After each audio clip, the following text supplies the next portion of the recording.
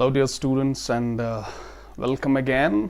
Today, we'll try to understand what are the products of electrolysis and what is their relevance with the discharge potential, and what are the different factors on which the products of electrolysis depend.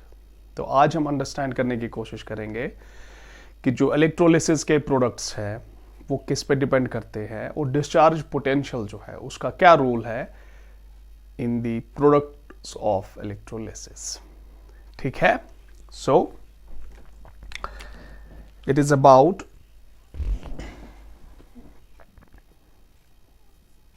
products of electrolysis,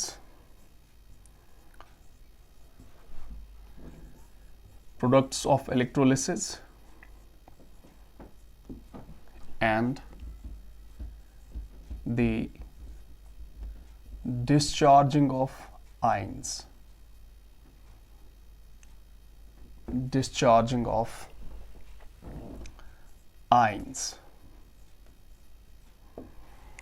तो electrolysis के products क्या है और ions का discharge जो है वो कैसे होता है और इस पे इलेक्ट्रोलिसिस के प्रोडक्ट्स कैसे डिपेंड करते हैं वो हम आज अंडरस्टैंड करने की कोशिश करेंगे. प्रीवियस लेक्चर्स में हमने इलेक्ट्रोलिसिस को डिफाइन किया, उसको एक्सप्लेन किया और हमने डिफरेंट सब्सटेंसेस का जो इलेक्ट्रोलिसिस है वो हमने डिस्कस किया कि डिफरेंट सब्सटेंसेस का इलेक्ट्रोलिसिस जो है वो कैसे होता है. आप सब्सटेंस को मोल्टन स्टेट में ले रहे हैं, एक्वस सॉल्यूशन में ले रहे हैं, तो what are the possible products of electrolysis और वहाँ पे क्या क्या हो रहा है वो मैकेनिज्म जो है वो हमने डिस्कस किया हुआ है. तो आज एक चीज़ जो हमारे लिए बहुत इंपॉर्टेंट है आपके क्वेश्चंस को करने के लिए, आपको जो जिस चीज़ हेल्प मिलेगी प्रॉब्लम्स को सॉल्व करने के लिए, वो ये है कि डिस्चार्ज पोटेंशियल पे या कंसंट्रेशन ऑफ आयंस पे इलेक्ट्रोलिसिस के प्रोडक्ट्स कैसे डिपेंड करते हैं या आप किस फॉर्म में जो इलेक्ट्रोलाइट आपका है आप उसको किस फॉर्म में ले रहे हैं. ठीक है. तो हम ये कहते हैं प्रोडक्ट्स ऑफ इलेक्ट्रोलिसिस यानी आपने किसी भी इलेक्ट्रोलाइट का इलेक्ट्रोलिसिस किया तो उसके प्रोडक्ट्स क्या है, एक्सपेक्टेड प्रोडक्ट्स क्या है. Products of electrolysis depend upon the following. तो ये चीजें आपको जहन में रखनी है जब आप इलेक्ट्रोलिसिस कर रहे हैं किसी भी सब्सटेंस का, तो उनके प्रोडक्ट्स क्या होंगे, यानी कैथोड और एनोड पे कौन से प्रोडक्ट्स हमें मिलेंगे वो आपको कैसे पता चलेगा. ये चीजें आपको जहन में रखनी है. We have to consider these 2-3 things जिनसे हम ये कह सकते हैं कि इलेक्ट्रोलिसिस के प्रोडक्ट्स हमारे पास क्या आ सकते हैं. Number first the form in which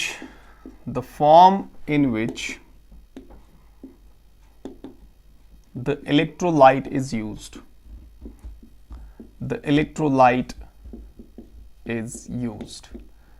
That is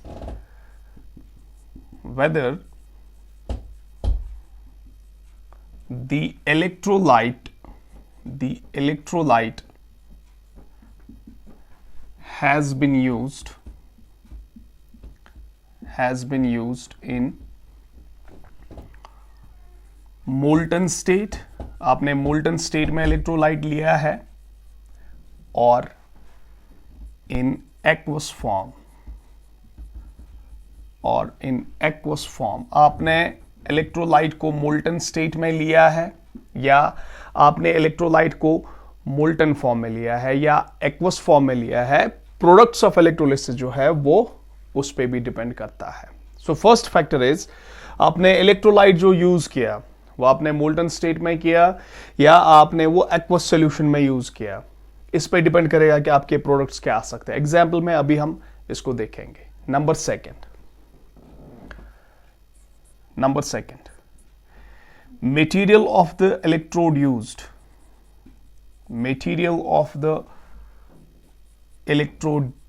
used. आपने जो इलेक्ट्रोड यूज किए उनका मटेरियल क्या है, यानी ये जो इलेक्ट्रोड्स आपने यूज किए उन्होंने रिएक्शन में हिस्सा लिया या उन्होंने रिएक्शन में हिस्सा नहीं लिया. That is that is whether the electrodes used are inert, क्या इलेक्ट्रोड जो आपने यूज किए वो इनर्ट है, और do they take part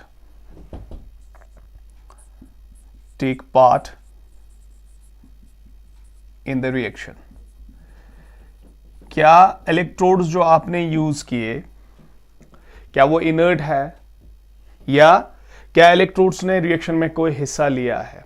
जैसे हमने एक एग्जांपल इसमें डिस्कस की थी, electrolysis of copper sulphate using inert electrodes and electrolysis of copper sulphate using copper electrodes, ठीक है। And the next one is the most important factor, one of the most important factors is discharging of ions, any preferential discharging of ions, that is the discharge potential.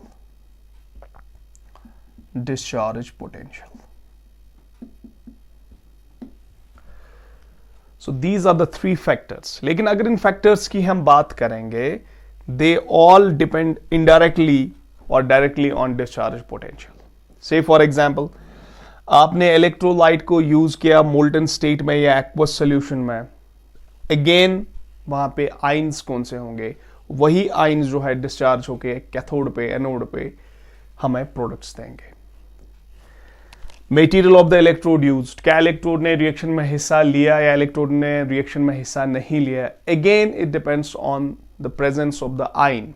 Preferentially कौन से ions जो है, preferentially कौन से ions वहां पे discharge होंगे, electrode reaction में हिस्सा ले रहा है नहीं ले रहा है, इनर्ट है या ये रिएक्शन में हिस्सा ले रहा है, अगेन हमें वहां से फिर से वही आइंस की बात आएगी, तो again that will depend on the discharge potential. Number third, discharge potential of the ions, जो आइंस वहां पे आपके इस मीडियम में है, कौन से आइंस कहां पे डिस्चार्ज होंगे, डिपेंड करेगा उनके डिस्चार्ज पोटेंशियल पे, और उन्हीं पे डिपेंड करेगा कि हमारा प्रोडक्ट क्या होगा, कैथोड पे या एनोड पे। सो प्रोडक्ट्स को देखने के लिए या प्रोडक्ट्स को, इलेक्ट्रोलिसिस के प्रोडक्ट्स को जानने के लिए हमारे पास ये तीन चीजें जहन में होना जरूरी है, ठीक है। सो पहला ये कि आपने इलेक्ट्रोलाइट को किस फॉर्म में यूज किया, नंबर सेकंड आपने इलेक्ट्रोड कौन सा यूज किया, और नंबर थर्ड डिस्चार्ज पोटेंशियल क्या है आइंस का, जो आइंस आपके सॉल्यूशन में है, जो आइंस आपके मीडियम में है, ठीक है। तो ये हम वन बाय वन यहां पे देखेंगे कि कैसे ये फैक्टर्स जो है प्रोडक्ट्स ऑफ इलेक्ट्रोलिसिस को इफेक्ट करते हैं, ठीक है। तो पहली बात ये,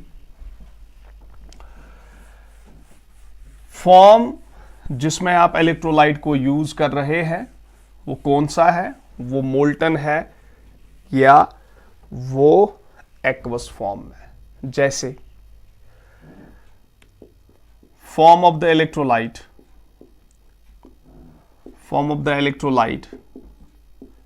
से फॉर एग्जाम्पल आपने NaCl का इलेक्ट्रोलिसिस करना है, ठीक है, you have to electrolyse the NaCl।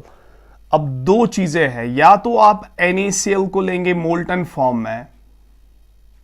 Form में इसको हीट करेंगे, मोल्टन फॉर्म में लेंगे, तो वहां आपके पास सिर्फ Na पॉजिटिव होगा और Cl नेगेटिव होगा आयनिक फॉर्म में। NaCl आपने मोल्टन फॉर्म में लिया तो आयन है सोडियम और क्लोराइड, तो सीधी सी बात है यहां पे इसका रिडक्शन होगा और इसका ऑक्सीडेशन होगा, और प्रोडक्ट्स आपको मिलेंगे sodium at cathode and chlorine gas at anode. ये हमने ऑलरेडी किया हुआ है, ठीक है। नाउ इसी NaCl को आप ले रहे हैं, फॉर एग्जाम्पल इसी NaCl को आप ले रहे हैं एक्वस फॉर्म में, तो यहां पे आइंस जो है वो है सोडियम पॉजिटिव, क्लोराइड नेगेटिव, और वाटर से आइंस आएंगे H पॉजिटिव और हाइड्रोक्साइड नेगेटिव।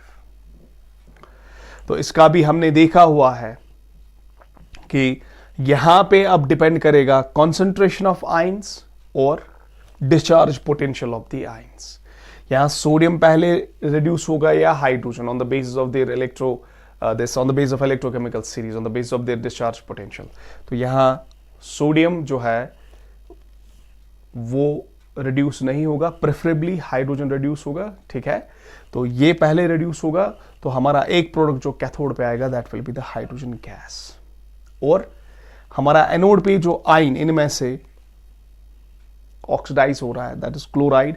तो यहां पे प्रोडक्ट्स हमें मिल रहे हैं, यहां पे प्रोडक्ट्स हमें मिल रहे हैं हाइड्रोजन गैस, ठीक है, कैथोड पे, और क्लोरीन गैस एनोड पे।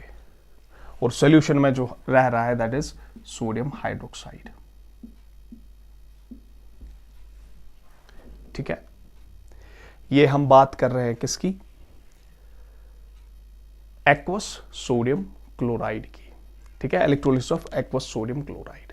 यहां पर मैं कॉन्सेंट्रेशन की तरफ नहीं जाऊंगा, यहां पर मैं सिर्फ ये कह रहा हूं कि if you are using the electrolyte in its molten form, products different है। If you are using the electrolyte, same electrolyte in the aqueous form, products different है। So products of electrolysis depend on the form of the electrolyte in which it is used. Molten है तो different products expected है, और aqueous form में है तो different products expected है। Number 1. Number 2, material of the electrode। वो चीज मैं डिस्कस यहां पे नहीं करूंगा, वो हमने एक एग्जाम्पल ऑलरेडी की हुई है कॉपर सल्फेट की, by using copper electrodes and copper sulphate by using inert electrodes, अगर आपको याद होगा, ठीक है। प्रोडक्ट्स जो है वहां पे हमें डिफरेंट मिल रहे हैं। इनर्ट इलेक्ट्रोड है, फॉर एग्जांपल आपका कॉपर और सल्फेट है, वहां पे कॉपर सल्फेट, तो वहां पे कॉपर जो है अगर आप यूज कर रहे हैं कॉपर सल्फेट एक्वस फॉर्म में बाय यूजिंग इनर्ट इलेक्ट्रोड्स, ठीक है, तो वहां पे फिर से कॉपर रिड्यूस होगा, ठीक है, और वहां से हमारा ये जो है हाइड्रोक्साइड दैट इज ऑक्सीडाइज्ड, ठीक है। तो अगर आप यही कॉपर सल्फेट यूज कर रहे हैं बाय यूजिंग कॉपर इलेक्ट्रोड्स, तो वहां पे डिफरेंट है, कॉपर ही ऑक्सीडाइज हो रहा है और कॉपर ही रिड्यूस भी हो रहा है, ठीक है। कैथोड पे कॉपर आयन्स रिड्यूस हो रहे हैं और एनोड जो है खुद ही कॉपर जो है वो ऑक्सीडाइज हो रहा है। तो वहां पे सेम आयन जो है, although from the different sources, anode से और कैथोड पे सेम आयन जो है वो वहां पे रिड्यूस और ऑक्सीडाइज हो रहा है। So depends on the material of the electrode. Material of the electrode, आपने इलेक्ट्रोड कौन सा यूज किया है, तो प्रोडक्ट्स उस पर भी डिपेंड करते हैं, ठीक है। Now the third important factor is discharge potential. यहां पे आपको इस पे थोड़ा सा ज्यादा ध्यान देना है, डिस्चार्ज पोटेंशियल। तो पहली बात यह है कि डिस्चार्ज पोटेंशियल क्या है। ये बार बार ये टर्म जो है कंसिस्टेंटली, जब भी हमने इलेक्ट्रोलिसिस को डिस्कस किया, कंसिस्टेंटली ये टर्म जो है ये हमें यूज हुई है, ठीक है। So first of all what is discharge potential. Discharge potential होता क्या है और डिस्चार्ज पोटेंशियल क्या है। बहुत सिंपल सी बात ये है, discharge potential, discharge means ion का डिस्चार्ज होना, डिस्चार्जिंग, ठीक है, यानी loss of charge.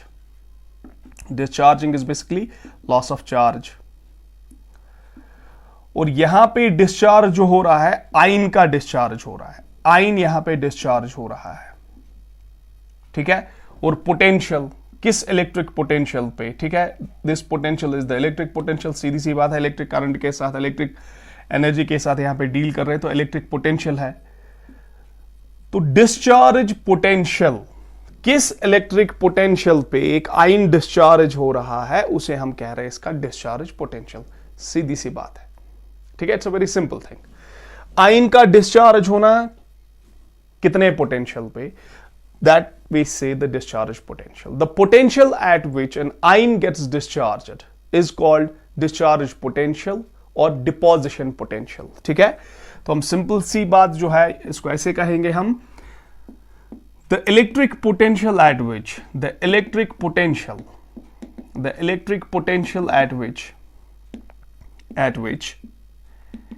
an ion gets discharged, ion gets discharged, that is loses discharge, ion gets discharges, यानी न्यूट्रल हो रहा है, न्यूट्रल होता है, ठीक है, gets discharged is called discharge potential is called discharge potential. उस आयन का डिस्चार्ज पोटेंशियल है ये, ठीक है, डिस्चार्ज पोटेंशियल, या हम एक और नाम इसे देते हैं डिपोजिशन पोटेंशियल। डिपोजिशन पोटेंशियल इसलिए नाम दे रहे हैं बिकॉज जब आयन डिस्चार्ज होता है तो रेस्पेक्टिव इलेक्ट्रोड्स पे वो डिपॉजिट होता है, प्रोड्यूस होता है वहां पे, ठीक है। कैथोड पे तो यूजुअली डिपॉजिट ही होता है, ठीक है, और एनोड पे मोस्टली जो है वहां पे रिलीज होती है सब्सटेंसेस, ठीक है, in the form of gases mostly, जितने भी हमने इलेक्ट्रोलिसिस सब्सटेंसेस के किए हैं। तो इसलिए यहां पे आयन जो है वो न्यूट्रल होके डिस्चार्ज होके डिपॉजिट भी होता है, तो इसलिए हम कभी कभी इसको कहते हैं डिपोजिशन पोटेंशियल बी, ठीक है। एक क्रूड एग्जाम्पल से इसको समझाने की कोशिश करेंगे कि डिस्चार्ज पोटेंशियल जो है ये क्या है, ठीक है, और आयन का डिस्चार्ज कैसे होता है, ठीक है। पहली बात, आयन हमारे पास दो तरह के हैं। आयन जो है हमारे पास दो तरह के हैं, एक हमारे पास है कैटाइन और एक हमारे पास है एनाइन। तो आयन जो है ये हमारे पास दो है, कैटाइन और एनाइन। अब कैटाइन जो है ये इलेक्ट्रॉन्स को लेगा, इसका रिडक्शन हो रहा है, ये न्यूट्रल हो रहा है, और एनाइन जो है ये इलेक्ट्रॉन्स को लूज कर रहा है, इसकी ऑक्सीडेशन हो रही है, ठीक है, और ये न्यूट्रल हो रहा है, डिस्चार्ज हो रहा है। तो पहली बात, कैटाइन जो है ये डिस्चार्ज होता है, अपना चार्ज लूज करता है, न्यूट्रल हो जाता है, कैसे? By taking electrons, so it gets neutral by reduction. Anion जो है ये न्यूट्रल हो रहा है लेकिन बाय लूजिंग इलेक्ट्रॉन्स, तो इसका ऑक्सीडेशन हो रहा है, न्यूट्रल हो रहा है। कैटाइन भी और एनाइन भी न्यूट्रल हो रहे हैं, डिस्चार्ज इनका हो रहा है, लेकिन कैटाइन जो है वो रिडक्शन से न्यूट्रल हो रहा है और एनाइन जो है वो ऑक्सीडेशन से न्यूट्रल हो रहा है। जस्ट ए क्रूड एग्जांपल, हमारे पास एक सॉल्यूशन है, ठीक है, जस्ट ए क्रूड एग्जांपल, हम मान रहे हैं इस सॉल्यूशन में हमारे पास डिफरेंट टाइप्स ऑफ कैटाइंस और एनाइंस है। Say for example we have a positive, we have B positive, we have C positive, we have D positive. These are the cations. और हमारे पास इसमें है E negative, F negative, G negative, H negative, ठीक है। 4 cations हमारे पास है और 4 anions हमारे पास है। नाउ ये कैटाइंस जो है ये रिड्यूस होंगे और एनाइंस जो है ये ऑक्सीडाइज होंगे, ठीक है। अब हम क्या कर रहे हैं, एक external source of energy, electrical energy इसको दे रहे हैं और यहां से हम पोटेंशियल बढ़ा रहे हैं। से फॉर एग्जांपल हमने पोटेंशियल दिया, से फॉर एग्जांपल 0.01 वोल्ट, कोई रिडक्शन ऑक्सीडेशन नहीं हुआ, कुछ भी नहीं हुआ, सिर्फ आयंस का मूवमेंट हुआ, बाकी कुछ नहीं हुआ, ठीक है। This is an example, just a crude example. हमने यहां से पोटेंशियल दिया, आयंस का मूवमेंट हुआ, लेकिन न ऑक्सीडेशन हुआ किसी आयन का, न रिडक्शन हुआ किसी आयन का, तो इसका मतलब करंट भी नहीं चलेगी, सिर्फ हमारा पोटेंशियल जो है वो सॉल्यूशन की तरफ जाएगा, ठीक है। आयन मूवमेंट, ये जो है electron movement, that will be towards the solution through cathode, लेकिन चूंकि इस पोटेंशियल पे न तो कोई कैटाइन और न तो कोई एनाइन रिड्यूस या ऑक्सीडाइज हो रहा है, इसलिए करंट भी नहीं चलेगी। तो इसका मतलब क्या हुआ कि इस पोटेंशियल पे न तो कोई कैटाइन अपना चार्ज लूज कर रहा है यानी इलेक्ट्रॉन गेन कर रहा है, और न एनाइन ही अपने आप को डिस्चार्ज कर रहा है यानी इलेक्ट्रॉन को लूज कर, उतना पोटेंशियल, इसको इतना थ्रस्ट नहीं मिल रहा है कि वो इलेक्ट्रॉन को गेन करे और इसको इतना थ्रस्ट नहीं मिल रहा है कि वो इलेक्ट्रॉन को लूज करे, ठीक है। फिर आपने पोटेंशियल बढ़ा दिया, लेट इट बी 0.02 वोल्ट, और इस पे आप ये देख रहे हैं कि A पॉजिटिव यहां से रिड्यूस हुआ और H नेगेटिव जो है वो ऑक्सीडाइज हुआ। तो हम ये कहेंगे कि 0.02 volts is the reduction potential for A positive and it is reduction oxidation potential, इसका reverse that is reduction oxidation potential for H negative. ठीक है, फिर हमने और पोटेंशियल बढ़ा दिया 0.03 वोल्ट किया, और यहां से B जो है वो रिड्यूस हुआ, और मान लीजिए हमारा F जो है वो ऑक्सीडाइज हुआ। हमने और पोटेंशियल बढ़ा दिया, ठीक है, अब C और से फॉर एग्जांपल G, और इसी तरह से हमने पोटेंशियल बढ़ा दिया, अब D और से फॉर एग्जांपल E जो है वो रिड्यूस और ऑक्सीडाइज हो गई। ठीक है, अब इन पोटेंशियल में से सबसे लोवेस्ट पोटेंशियल कौन सा है? 0.01, उससे ज्यादा 0.02, उससे ज्यादा 0.03, उससे ज्यादा 0.04, उससे ज्यादा 0.05। तो आप मुझे यह बताएंगे कि सबसे पहले कौन से आयन रिड्यूस और ऑक्सीडाइज हुए? सबसे पहले it was A positive, it was A positive which got reduced, and it was H negative that got oxidized. Then उसके बाद it was B positive, right, and then it was G negative, then it was C positive for example, and then it was F negative, then last पे it was D positive and E negative. सबसे पहले कौन सा reduce और oxidise हुआ? It was A positive and H negative. That means A positive among these ions, A positive, B positive, C positive, D positive, among these 4 ions, A has the lowest potential to get discharged. Likewise, H has the lowest potential to get oxidized. D and E, they have the highest potential at which, so they require highest potential at which D can be discharged, E can be discharged. फिर उनका whether oxidation होता है, reduction होता है, separately वो हम देखेंगे। फिलहाल सिर्फ हम यहां पे पोटेंशियल पे कॉन्सेंट्रेट कर रहे हैं। ठीक है, तो इस पोटेंशियल पे D पॉजिटिव जो है वो डिस्चार्ज हो रहा है, E नेगेटिव डिस्चार्ज हो रहा है। अब ये रिड्यूस हो रहा है, ये ऑक्सीडाइज हो रहा है, वो हम देखेंगे, आगे भी देखेंगे। ठीक है, तो कहने की बात यहां पे ये है, जिस आयन का जितना कम पोटेंशियल है डिस्चार्ज पोटेंशियल, यानी जो आयन जितने कम पोटेंशियल पे डिस्चार्ज होगा वो उतना जल्दी डिस्चार्ज हो रहा है। रिवर्स हम ये कह सकते हैं, जो आयन जितना जल्दी डिस्चार्ज हो रहा है उसका डिस्चार्ज पोटेंशियल उतना कम है। जिस आयन को जितना डिस्चार्ज पोटेंशियल कम लगेगा वो आयन उतना ही जल्दी डिस्चार्ज होगा। राइट, तो यहां पर A, B, C और D आयंस में से सबसे कम डिस्चार्ज पोटेंशियल किसका है? A पॉजिटिव का। तो सबसे पहले डिस्चार्ज कौन हो रहा है? A positive.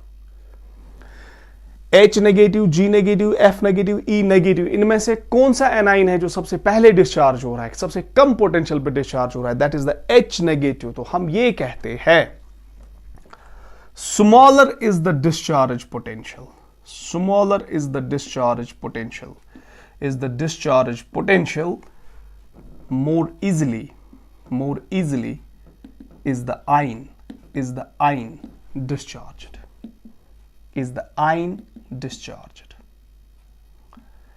जिस आयन का जितना कम पोटेंशियल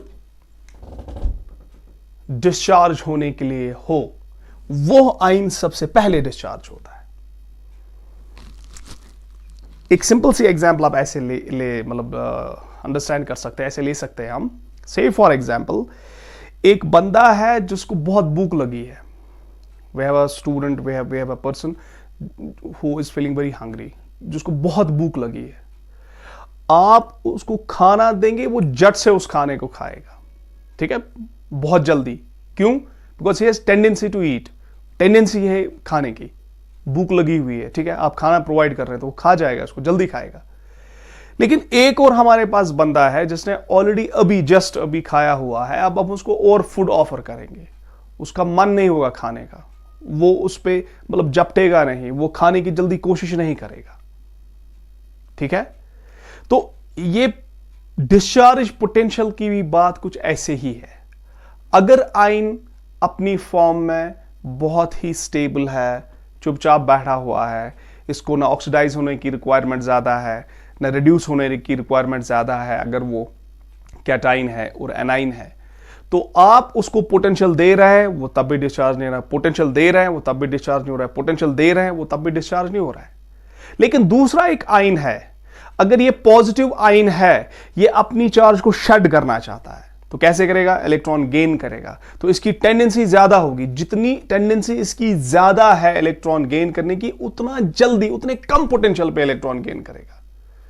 तो जिस आयन की टेंडेंसी है रिड्यूस होने की या ऑक्सीडाइज होने की, जिस आयन की टेंडेंसी है रिड्यूस होने की या ऑक्सीडाइज होने की, वो उतना ही जल्दी ऑक्सीडाइज या रिड्यूस होगा, तो वो उतना ही जल्दी डिस्चार्ज होगा, अपना चार्ज जो है वो शेड करेगा, न्यूट्रल हो जाएगा। तो इसलिए हम कह रहे हैं कि जिस आयन का डिस्चार्ज पोटेंशियल जितना कम है, जो जितनी जल्दी जितनी फास्ट डिस्चार्ज होना पसंद करता है, ठीक है, उतना ही उसका डिस्चार्ज पोटेंशियल भी कम होगा। 1 वोल्ट आप उसको दे रहे हैं, वो उसी पे डिस्चार्ज हो रहा है। दूसरे को आप 5 वोल्ट भी दे रहे हैं फॉर एग्जांपल, वो डिस्चार्ज नहीं हो रहा है, ठीक है। तो इसलिए याद ये बात रखनी है कि जिस आयन का डिस्चार्ज पोटेंशियल जितना कम है, वो आयन उतना ही जल्दी डिस्चार्ज होता है। So the potential at which an ion is discharged is called the discharge potential or the deposition potential, and smaller is the discharge potential, more easily is the ion discharged. और ions हमारे पास 2 ही होते हैं, cation और A9. Cation, जो cation बहुत जल्दी reduce होना पसंद करता है, बहुत जल्दी इलेक्ट्रॉन को गेन करना पसंद करता है, बहुत जल्दी न्यूट्रल होना पसंद करता है, उसका डिस्चार्ज पोटेंशियल भी उतना ही कम होता है। The cation which is having tendency to gain electrons, to get reduced, उसका डिस्चार्ज पोटेंशियल उतना कम होता है। और आप ये चीज इनडायरेक्टली ऐसे भी समझ सकते हैं, या ये चीज आपको आगे भी जरूरत इसकी आपको पड़ेगी, वो ये है कि जो कैटाइन जितना अनस्टेबल है, जो कैटाइन जितना अनस्टेबल है, जो कैटाइन जितना इनएक्टिव है, जो कैटाइन जितना इनएक्टिव है, वो उतना ही फास्ट रिड्यूस होना पसंद करता है, ठीक है। और एनाइन, जो एनाइन जितना अनस्टेबल है नेगेटिव चार्ज को लेके, वो अपने आप को न्यूट्रल करना चाहता है, अपना नेगेटिव चार्ज छोड़ देना चाहता है, उतना जल्दी ऑक्सीडाइज होना पसंद करता है, उतना ही उसका डिस्चार्ज पोटेंशियल भी कम होगा। नाउ ये डिस्चार्ज पोटेंशियल आपको कैसे पता चलेगा किस आयन का कितना डिस्चार्ज पोटेंशियल है, कौन सा आयन, अगर आपके पास बहुत सारे आयन्स हैं जिनके बीच आपको कंपेयर करना है कि कौन सा आयन डिस्चार्ज होगा और मेरा प्रोडक्ट इलेक्ट्रोलिसिस में क्या होगा, तो वो आपको कैसे पता चलेगा? The discharge potential depends on the following factors, वो हम बता रहे हैं, ठीक है। अब डिस्चार्ज पोटेंशियल जो है वो किन फैक्टर्स पे डिपेंड करता है? Products of electrolysis depend on discharge potential, and what are the factors on which discharge potential depends itself? ठीक है, discharge potential किस किस पे डिपेंड करता है, ठीक है। Number first factors on which discharge potential depends, factors on which discharge potential depends, discharge potential depends। बहुत इजी है, बहुत सिंपल है, सिर्फ आपको याद रखना है। नंबर 1, इलेक्ट्रोकेमिकल सीरीज, 10th से पढ़ते आ रहे हैं आप, ठीक है। इलेक्ट्रोकेमिकल सीरीज ये हमें बताती है कि कौन सा आयन जल्दी डिस्चार्ज होगा और कौन सा आयन कंपैरेटिवली जो है स्लोली डिस्चार्ज होगा, या कौन सा आयन किसके कंपैरिजन में डिस्चार्ज होगा और कौन सा आयन किसके कंपैरिजन में डिस्चार्ज नहीं होगा। प्रेफरेंशियल डिस्चार्ज किस आयन का होगा, यह हमें पता चलता है किससे? इलेक्ट्रोकेमिकल सीरीज से। 10th से आप पढ़ते आ रहे हैं इलेक्ट्रोकेमिकल सीरीज। सबसे टॉप पे हमारा है पोटेशियम, ठीक है, उसके बाद है कैल्शियम, फिर सोडियम है, फिर मैग्नीशियम है, ठीक है, फिर एल्यूमिनियम है, ठीक है, लाइकवाइज फिर जिंक है, टिन, मैं स्किप करूंगा कुछ यहाँ पे एलिमेंट्स, ये आप देख सकते हैं, बुक से भी देख सकते हैं, ठीक है, टिन है, ठीक है, फिर लेड है फॉर एग्जांपल, इसी तरह से फिर हाइड्रोजन है, हाइड्रोजन के नीचे फॉर एग्जांपल कॉपर है, फिर मर्करी है फॉर एग्जांपल, फिर सिल्वर है, ठीक है, फिर प्लैटिनम है, फिर गोल्ड है, ठीक है। ये कुछ मेटल स्किप करके मैं सिर्फ ट्रेंड यहां पे समझा रहा हूं आपको, आप बुक से ले सकते हैं ये, ठीक है। सारे मेटल्स का आपकी टेक्स्ट बुक पे भी दिया हुआ है, ठीक है। आप सारे मेटल्स का जो ये अरेंजमेंट है इलेक्ट्रोकेमिकल सीरीज में, आप बुक से भी देख सकते हैं, किसी भी टेक्स्ट बुक से, ठीक है। आप वो इजिली देख सकते हैं। यहां सिर्फ मैं ट्रेंड समझाने की कोशिश करूंगा, ठीक है। अब ये जो हम इलेक्ट्रोकेमिकल सीरीज पढ़ते हैं, इसमें हम क्या मतलब 10th स्टैंडर्ड में क्या आप मतलब इसे सीखते हैं। नंबर फर्स्ट, हर ऊपर वाला मेटल हर नीचे वाले मेटल से ज्यादा रिएक्टिव है, यही कहते हैं हम। पोटेशियम कैल्शियम से रिएक्टिव है, कैल्शियम सोडियम से रिएक्टिव है, सोडियम मैग्नीशियम से रिएक्टिव है, मैग्नीशियम एल्यूमिनियम से रिएक्टिव। तो लाइकवाइज ऐसे हम बताते हैं। तो जितना हम नीचे से ऊपर जा रहे हैं उतना हम एक्टिव मेटल की तरफ आ रहे हैं, और जितना ऊपर से नीचे जा रहे हैं उतना ही हम लेस रिएक्टिव मेटल की तरफ आ रहे हैं। तो एक्टिव मेटल हम किसे कहते हैं? एक्टिव मेटल हम उस मेटल को कहते हैं जो रिएक्ट होना पसंद करता है, तो जल्दी जल्दी फास्टली रिएक्ट करता है, विग्रसली रिएक्ट करता है। अब हमें पता है जब मेटल रिएक्ट करता है तो हमेशा इलेक्ट्रॉन को लूज करता है।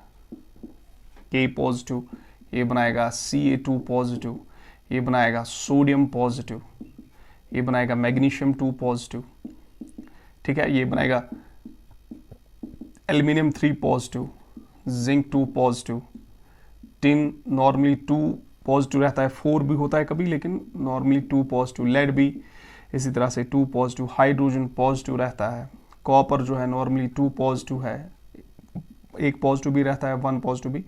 मरकरी भी 2 पॉजिटिव 1 पॉजिटिव रहता है, लेकिन मोस्टली 2 पॉजिटिव। सिल्वर जो है वो 1 पॉजिटिव, ठीक है। अब ये आयनिक फॉर्म में है। पोटेशियम सबसे ज्यादा रिएक्टिव इन मेटल्स में जो यहां लिख रहे हैं, along with the hydrogen non metal, इनमें से सबसे एक्टिव है पोटेशियम। एक्टिव मतलब इलेक्ट्रॉन देना पसंद करेगा, कैल्शियम से ज्यादा इलेक्ट्रॉन देना पसंद करेगा, सोडियम से ज्यादा पसंद करेगा, मैग्नीशियम सबसे ज्यादा ये इलेक्ट्रॉन देना पसंद करेगा। तो इसका मतलब क्या हुआ कि ये इस फॉर्म में रहना पसंद करता है comparatively as compare to calcium, as compare to sodium, as compare to magnesium. ये इस फॉर्म में कैल्शियम से ज्यादा इस फॉर्म में रहना पसंद करता है। पोटेशियम पॉजिटिव स्टेट में कैल्शियम से ज्यादा रहना पसंद करता है, कैल्शियम सोडियम से ज्यादा, सोडियम मैग्नीशियम से ज्यादा। तो अगर रिड्यूस होना है इनमें से, इन आयन्स में से किसी को भी रिड्यूस होना है, तो सबसे पहले कौन रिड्यूस होना पसंद करेगा? सबसे पहले सिल्वर रिड्यूस होना पसंद करेगा। क्यों? क्योंकि इनमें से पोटेशियम सबसे ज्यादा इलेक्ट्रॉन देने की टेंडेंसी रखता है, सबसे ज्यादा पॉजिटिव फॉर्म में रहना पसंद करता है, सबसे ज्यादा इस फॉर्म में ये स्टेबल है। इनमें से सिल्वर जो है मुश्किल से अपना इलेक्ट्रॉन देना पसंद करता है, वो चाहता ही नहीं कि उसका इलेक्ट्रॉन कोई ले जाए, ठीक है। इस फॉर्म में वो रहना पसंद नहीं करता है। तो हम ये भी कहते हैं कि आयनिक फॉर्म में जो जितना अनस्टेबल है वो उतना ही जल्दी स्टेबल होना चाहेगा। पॉजिटिव है तो रिड्यूस होना पसंद करेगा, नेगेटिव है तो ऑक्सीडाइज होना पसंद करेगा। अब रिएक्टिविटी सीरीज ऑफ मेटल्स में से आप यहां पे ये देख सकते हैं कि कंपैरेटिवली कौन सा आयन जल्दी जल्दी डिस्चार्ज होना पसंद करता है, कौन सा आयन जल्दी जल्दी रिड्यूस होगा। तो सबसे पहले कौन सा आयन रिड्यूस होगा? सिल्वर। सिल्वर पसंद करेगा रिड्यूस होना। सिल्वर के बाद मर्करी रिड्यूस होना पसंद करेगा, उसके बाद कॉपर रिड्यूस होना पसंद करेगा, फिर हाइड्रोजन, और लास्ट पे चाहेगा पोटेशियम, अगर इसके चांसेस है तो कि ये रिड्यूस हो जाए, ठीक है। तो हम ये कहेंगे इन सब में से सबसे कम डिस्चार्ज पोटेंशियल है सिल्वर का, सबसे कम। इसका मतलब सिल्वर सबसे ज्यादा फास्ट डिस्चार्ज होना पसंद करेगा, सबसे लोवेस्ट पोटेंशियल पर डिस्चार्ज होना पसंद करेगा। तो डिस्चार्ज पोटेंशियल जो है इलेक्ट्रोकेमिकल सीरीज में, discharge potential decreases down the series, बात खत्म। अब कंपैरिजन है आपके सॉल्यूशन में, डिफरेंट आयन्स है, आपको सिर्फ ये देखना है कि कौन सा आयन नीचे है और कौन सा आयन ऊपर है।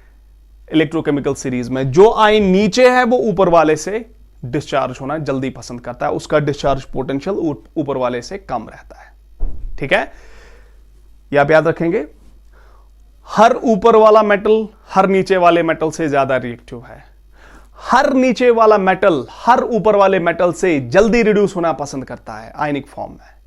तो हर नीचे वाले मेटल का डिस्चार्ज पोटेंशियल, हर नीचे वाले मेटल का, आयनिक फॉर्म की बात कर रहा हूं मैं, हर नीचे वाले मेटल आयन का डिस्चार्ज पोटेंशियल कम है हर ऊपर वाले मेटल आयन से। जो नीचे है वो पहले डिस्चार्ज होगा, उसके बाद जो ऊपर वाला है वो डिस्चार्ज होगा। अगर आपके सॉल्यूशन में इनमें से दो आयन्स है, आपको कंपैरेटिवली देखना है कि कौन सा आयन पहले डिस्चार्ज होगा, तो आपको इलेक्ट्रोकेमिकल सीरीज में याद रखना है कि नीचे वाला कौन सा मेटल, यानी नीचे सीरीज में कौन सा मेटल आ रहा है, मेटल आयन, तो वही मेटल आयन जो है वो पहले डिस्चार्ज होगा। अब आप देखें, हाइड्रोजन और कॉपर के कंपैरिजन में पहले कौन सा रिड्यूस हो रहा है? कॉपर। ठीक है, ठीक है। सोडियम और कॉपर के कंपैरिजन में, फॉर एग्जांपल सोडियम और हाइड्रोजन के कंपैरिजन में, सोडियम और टिन के कंपैरिजन में, मैग्नीशियम और जिंक के कंपैरिजन में, आपको यह देखना है कि नीचे वाला कौन सा है और ऊपर वाला कौन सा है। जो नीचे है वो पहले डिस्चार्ज होगा, जो ऊपर है वो बाद में डिस्चार्ज होगा, या जो नीचे है वो डिस्चार्ज होगा, जो ऊपर वाला मेटल आयन है वो डिस्चार्ज होगा ही नहीं। तो प्रोडक्ट्स ऑफ इलेक्ट्रोलिसिस आप यहां पे देख सकते हैं कि क्या हो सकते हैं। लाइकवाइज जो मोस्टली हमारे पास एनाइंस होते हैं उनमें से आप कैसे देखेंगे? जो मोस्टली एनाइंस हमारे पास होते हैं, सल्फेट टू नेगेटिव, ठीक है, hydroxide, sulphate, nitrate, nitrate, hydroxide, ठीक है, फिर क्लोराइड, ब्रोमाइड और iodide. Sulphate, nitrate, hydroxide, chloride, bromide and iodide, इनमें से आप क्या देखेंगे? ये ट्रेंड रहेगी। आयोडाइड सबसे पहले डिस्चार्ज होना पसंद करता है, यानी सबसे कम डिस्चार्ज पोटेंशियल इसका, ठीक है, उसके बाद ब्रोमाइड का, फिर क्लोराइड का, फिर हाइड्रोक्साइड का, फिर नाइट्रेट का, फिर सल्फेट का। तो सल्फेट जो है वो सबसे लास्ट पे डिस्चार्ज होना पसंद करता है, ऑक्सीडाइज होना पसंद करता है। और कन्वर्सली आप ये कहेंगे कि सल्फेट जो है वो चार्ज को लेना पसंद करता है, आयोडाइड नेगेटिव चार्ज को उतना लेना पसंद नहीं करता है। तो ये अनस्टेबल है एज कंपेयर टू दिस, ये अनस्टेबल है एज कंपेयर टू दिस, ये अनस्टेबल है एज कंपेयर टू। तो यहां पर भी वही है, जो नीचे वाला एनाइन है वो ऊपर वाले एनाइन से जल्दी डिस्चार्ज होना पसंद करता है। तो कैटाइंस की बात आएगी तो आप इलेक्ट्रोकेमिकल सीरीज इनकी याद रखेंगे, एनाइंस की बात आएगी तो इनकी इलेक्ट्रोकेमिकल सीरीज भी आप याद रखेंगे। मोस्टली ये आइंस हमारे इस सिलेबस में इन्वॉल्व रहते हैं, तो यहां पर आप याद रखेंगे ट्रेंड, और यहां पर भी आप ट्रेंड याद रखेंगे, ठीक है। और एक चीज जो बार बार जिसकी आपको जरूरत पड़ेगी वो ये है, the more stable is the आइन, the more stable is the आइन। ये आपको ऑक्सीडेशन स्टेट्स में इसकी जरूरत पड़ेगी। The more stable is the आइन, जो आइन जितना स्टेबल है, more is it's discharge potential, more is it's discharge potential. जो भी स्पीशीज आयनिक फॉर्म में जितना ज्यादा स्टेबल है, तो जब स्टेबल है तो वो डिस्चार्ज होना पसंद ही नहीं करेगा। तो जब डिस्चार्ज होना पसंद नहीं कर रहा है तो इसका मतलब क्या हुआ? वो उतना ही स्टेबल है, तो उसका मतलब क्या है? उतना ही ज्यादा ये जो है इलेक्ट्रिक पोटेंशियल हमें देना पड़ेगा उसको डिस्चार्ज करने के लिए, न्यूट्रल करने के लिए, ठीक है। फिर चाहे वो कैटाइन है या एनाइन है। तो डिस्चार्ज पोटेंशियल से एक और चीज हमें यह समझ आती है कि जो आयन जितना अनस्टेबल है, जो आयन जितना अनस्टेबल है उसका डिस्चार्ज पोटेंशियल उतना ही कम है। The more unstable the ion is, the less is it's discharge potential. जो आयन जितना स्टेबल है उतना ही उसका डिस्चार्ज पोटेंशियल भी हाई है। जो आयन जितना अनस्टेबल है उतना ही कम उसका डिस्चार्ज पोटेंशियल है, फिर चाहे वो कैटाइन है या एनाइन है, ठीक है।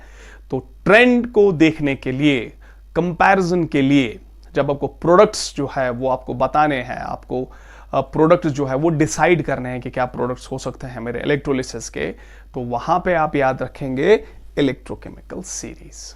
This is the most important factor that decides कि आइंस जो है कौन से प्रेफरेबली डिस्चार्ज होंगे और प्रोडक्ट्स ऑफ इलेक्ट्रोलिसिस क्या होंगे, ठीक है। This is number one. Number second is the concentration of the ions. इसकी भी एग्जाम्पल हमने दी है सोडियम क्लोराइड की इलेक्ट्रोलिसिस में, अगर आपको याद होगा. ठीक है, तो डिपेंड करता है कि आयन की कंसंट्रेशन क्या है. ठीक है, आयन की कंसंट्रेशन क्या है उस पे भी डिपेंड करता है कि इलेक्ट्रोलिसिस के प्रोडक्ट्स क्या होंगे. तो डिस्चार्ज पोटेंशियल के बाद दूसरा इंपॉर्टेंट फैक्टर है concentration of ions. Concentration of ions. से फॉर एग्जांपल हमारे इलेक्ट्रोलाइट में आयंस है ए पॉजिटिव, बी नेगेटिव, सी पॉजिटिव, डी नेगेटिव. ठीक है, okay. So it is a positive and C negative, A positive, C negative, B positive, D negative. यानी दो cations है और दो एनाइंस है. इलेक्ट्रोकेमिकल सीरीज के हिसाब से A जो है वो डिस्चार्ज होगा प्रेफरेंशियली. ठीक है, तो प्रेफरेंशियली ये डिस्चार्ज होगा प्रेफरेबली. ठीक है, और इसके साथ ये डिस्चार्ज हो रहा है. मान लिए कि A पॉजिटिव और D negative as per electrochemical series जो है डिस्चार्ज हो रहा है. लेकिन जब हम कंसंट्रेशन देख रहे हैं तो कंसंट्रेशन जो है वो B की ज्यादा है as compare to A. B की कंसंट्रेशन ज्यादा है एज कंपेयर टू A, और D की कंसंट्रेशन जो है वो C से कम है, यानी C की कंसंट्रेशन भी ज्यादा है एज कंपेयर टू D. अगर इलेक्ट्रोकेमिकल सीरीज के हिसाब से A पॉजिटिव और D नेगेटिव का डिस्चार्ज होना चाहिए, लेकिन कंसंट्रेशन के हिसाब से वहां पर यह देखा जाएगा कि आयंस की कंसंट्रेशन, किन आयंस की कंसंट्रेशन ज्यादा है. तो as per electrochemical series A discharge होना चाहिए, लेकिन कंसंट्रेशन चूंकि B की ज्यादा है तो वहां पे बट नेचुरली टेंडेंसी किसकी रहेगी, B पॉजिटिव. क्यों? क्योंकि इलेक्ट्रोड के इर्द गिर्द वहां पे आयंस कौन से ज्यादा जमा होंगे, A और B, डेफिनेटली B. इनकी टेंडेंसी डिस्चार्ज होने की ज्यादा है, कम पोटेंशियल पर डिस्चार्ज हो रहे हैं, लेकिन इनकी तादाद ही कम है. तो जब आयन मूवमेंट होगा तो प्रेफरेबली वहां पे नंबर ऑफ आयंस जो इलेक्ट्रोड्स की तरफ भागेंगे, जो कैथोड की तरफ जाएगा वो B पॉजिटिव होगा, तो इसका डिस्चार्ज वहां पे प्रेफरेबली होगा. Same is the case with this. तो इसलिए आपको कंसंट्रेशन ऑफ आयंस पे भी ध्यान देना है कि आपका सोल्यूशन जो है, क्योंकि कंसंट्रेशन की बात तो वहीं पे आएगी जहां एक्वस सॉल्यूशन आप लेंगे इलेक्ट्रोलाइट का. मोल्टन स्टेट में तो ये प्रॉब्लम ही नहीं है, एक्वस सॉल्यूशन में ये प्रॉब्लम आ जाएगी. सॉल्यूशन आपको देखना है ये डाइल्यूट है या कॉन्सेंट्रेटेड है.